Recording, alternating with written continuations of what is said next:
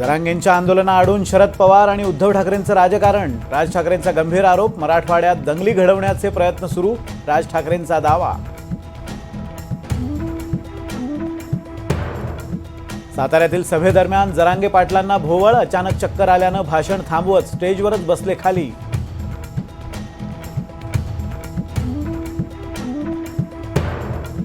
अपक्ष आमदार बच्चू कडूंनी घेतली शरद पवारांची भेट. शेतकरी, शेतमजूर आणि दिव्यांगांसाठी कुठलाही निर्णय घेऊ.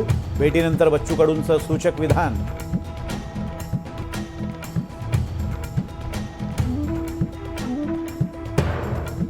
वक्फ बोर्डासंदर्भात मातोश्री बाहेर मुस्लिम संघटनांची जोरदार घोषणाबाजी.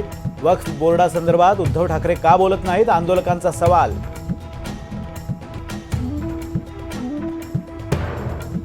मुख्यमंत्री शिंदेंच्या बालेकिल्ल्यात उद्धव ठाकरेंची तोफ धडाडणार. भगवा सप्ताहानिमित्त ठाण्यात काही वेळातच ठाकरे गटाचा मेळावा. ठाकरेंच्या भाषणाकडेही लक्ष.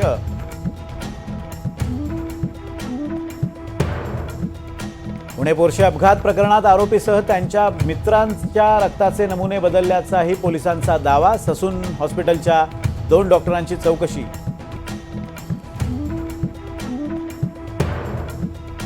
वायनाडमधील पूरग्रस्त भागांची पंतप्रधान मोदींकडून हेलिकॉप्टरद्वारे पाहणी.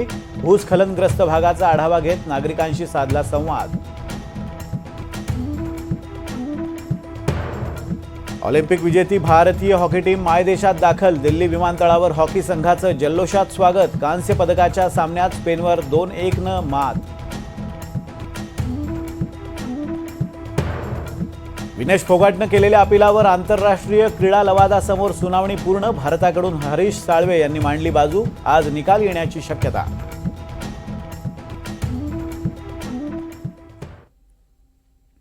मराठी सिनेसृष्टीतील ज्येष्ठ अभिनेते विजय कदम यांचं निधन. 1.5 वर्षांपासून कर्करोगाशी झुंज अपयशी. वयाच्या 67व्या वर्षी घेतला अखेरचा श्वास.